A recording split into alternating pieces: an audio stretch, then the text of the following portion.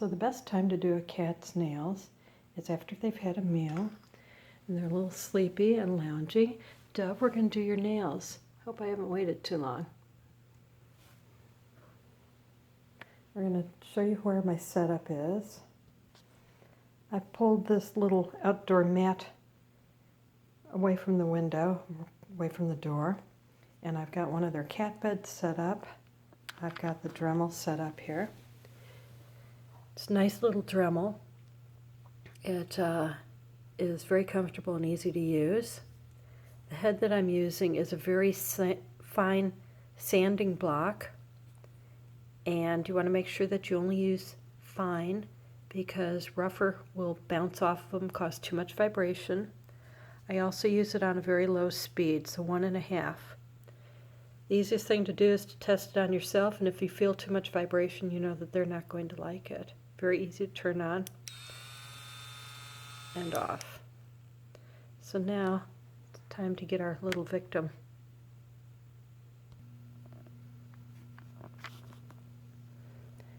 So fortunately, Dove has made herself at home here. I'm going to set the camera up.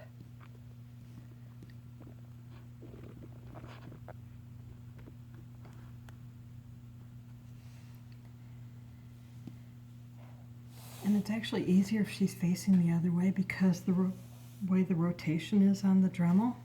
So because she's in this bed, I can turn it and make it easier for me. And obviously she stayed comfortable in it. Let me turn the camera a little bit. I'm going to be doing her front nails. And she's been pretty good about this. When you first start doing the cats, the main goal is to train them to be good. It is not to try and get their nails done. That's only secondary, and it'll come in time. If they've learned to be good, it's going to be easy for you to do. When you start off and you haven't done it before with a cat, what you want to do is you want to get them relaxed in the position that you're going to be doing it. You want to train them to be good about you lifting up their legs and splaying their toes out. You'd say that she was just kind of threatening me. She will never bite. Splay their feet, rub in between them, get them comfortable with doing that. After you've got them comfortable doing that, then you want to get them comfortable to the noise of the Dremel. So when I first start training them, and even when I first start doing it, I'll just turn it on near them.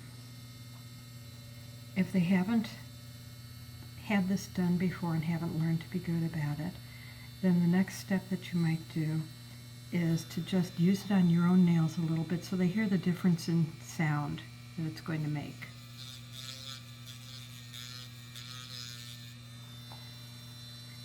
Another thing that you can do is you can not let it touch them with the head, the rotating head, but just lay it against their body so that they understand what that vibration is going to be like. As you can see, she's had it done before. She's not always great, but hopefully she'll be pretty good today. When you are doing their nails, you need to make sure that they are comfortable the whole time. It's not about you being comfortable in how you are positioning your body to do it.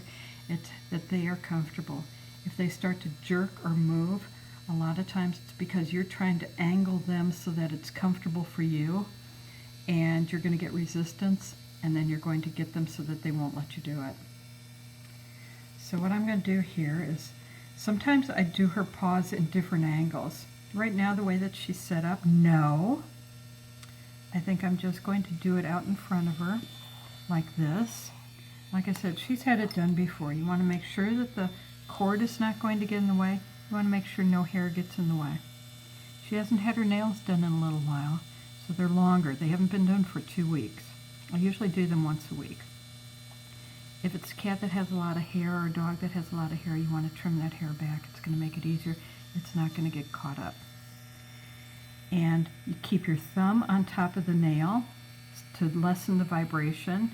And then I put the Dremel on my other finger here to balance it. And then it's okay. If they start pulling back, just relax for a minute. Take the time to get them comfortable. Maybe she wants it back over here a little bit more. It's okay, little girl. And I'm taking more time because I'm talking more, so I'm going to start doing it.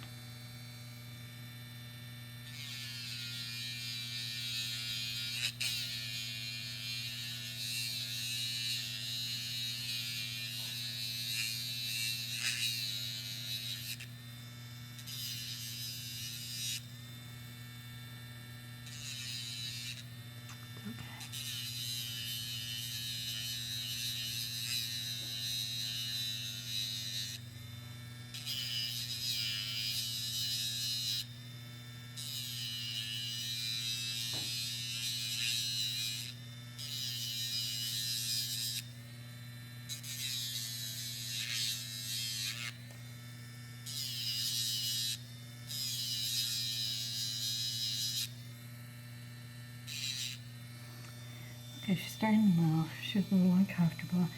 There might be days that you only get one nail done. Again, it's about getting them so that they're good at doing it. Good girl. Doing a little distraction, rubbing her head. I'm going to get that nail back out. I want to check it. Does it have to be perfect each time? No. It's a lot better. I can see through and I can see where the quick is. So I can go shorter at this time, but if she's going to start getting upset, I'd rather get some other nails done and then I'll catch up maybe in a couple days even. So I'm going to put the next one out. Again, I'm going to brace. I'm going to hold the Dremel with my other fingers, bracing against my thumb. You can also feel the amount of vibration there then.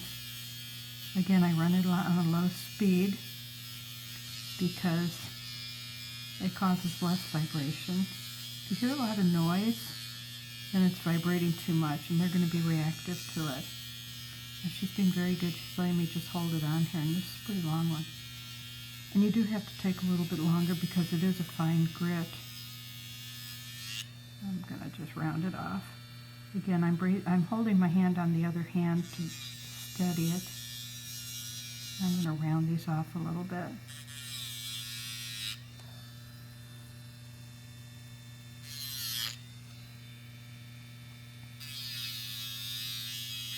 You might not get that rounding off done at first because they might get too upset about it.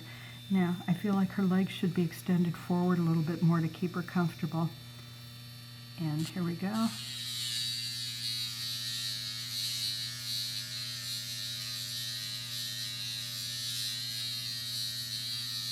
To make sure I'm not squeezing her paw too much too when I'm holding that nail.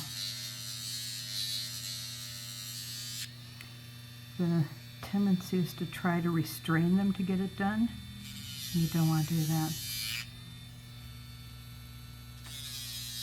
because then they won't learn. They'll just learn to resent it.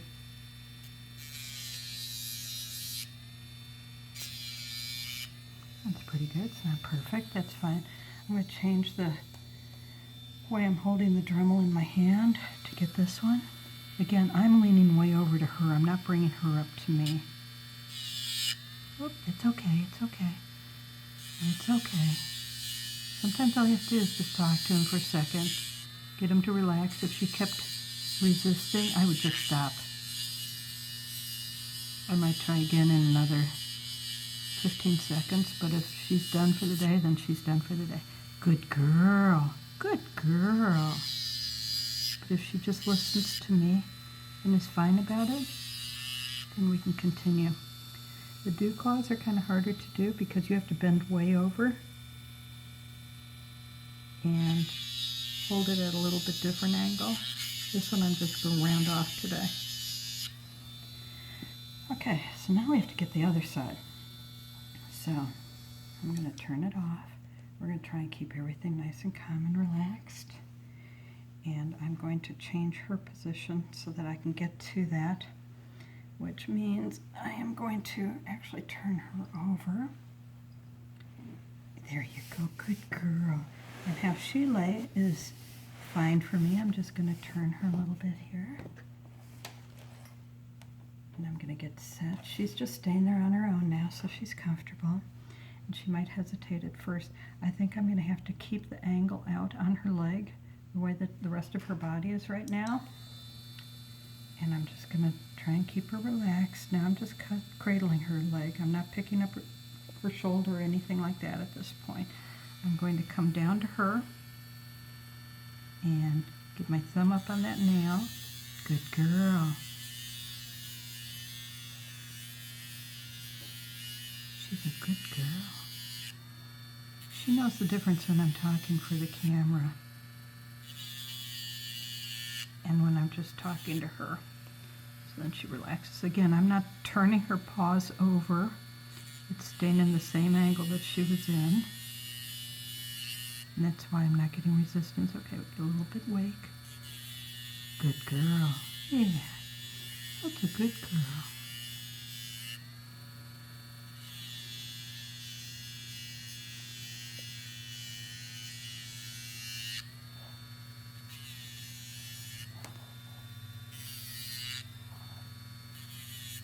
Very good.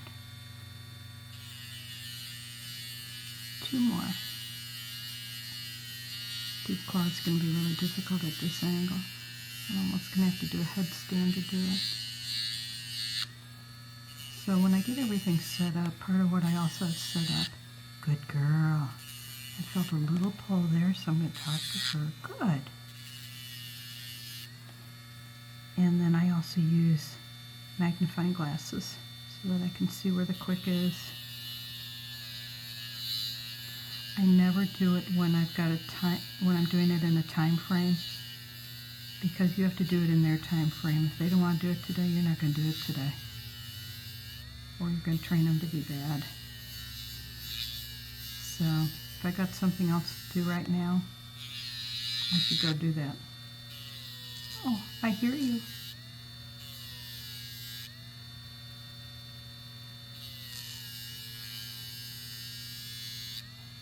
Good girl. Almost done with this one. She's getting a little fussy.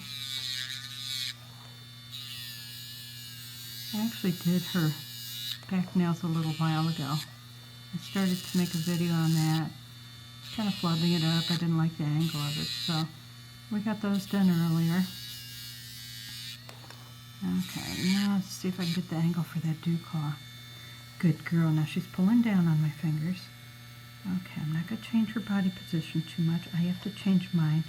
She's bringing it back a little bit on her, and this is going to be a really hard angle. I don't know that I'm going to get it without getting her hair in there. So that's not going to be a good angle, so we're not going to do it. Now what I might do is I might come back and I might clip that, or I might change her position back over to the other side so I can reach that more comfortably. Sometimes if they're sitting, it's easier to do. Let's just see what I can do here. Oh, she's just roly-poly here. Here we go. Here, why don't you lay down here again for a minute? Yeah. The way that she's going to be today, I am not going to get it easily enough. So there's no sense training her to be bad just so that I can say that I got that claw also. When I'm done, if they want to leave, like my other cat will want to leave right away, I don't let them. I get them so that they're comfortable and so that they like being down here. They remember it as a good experience.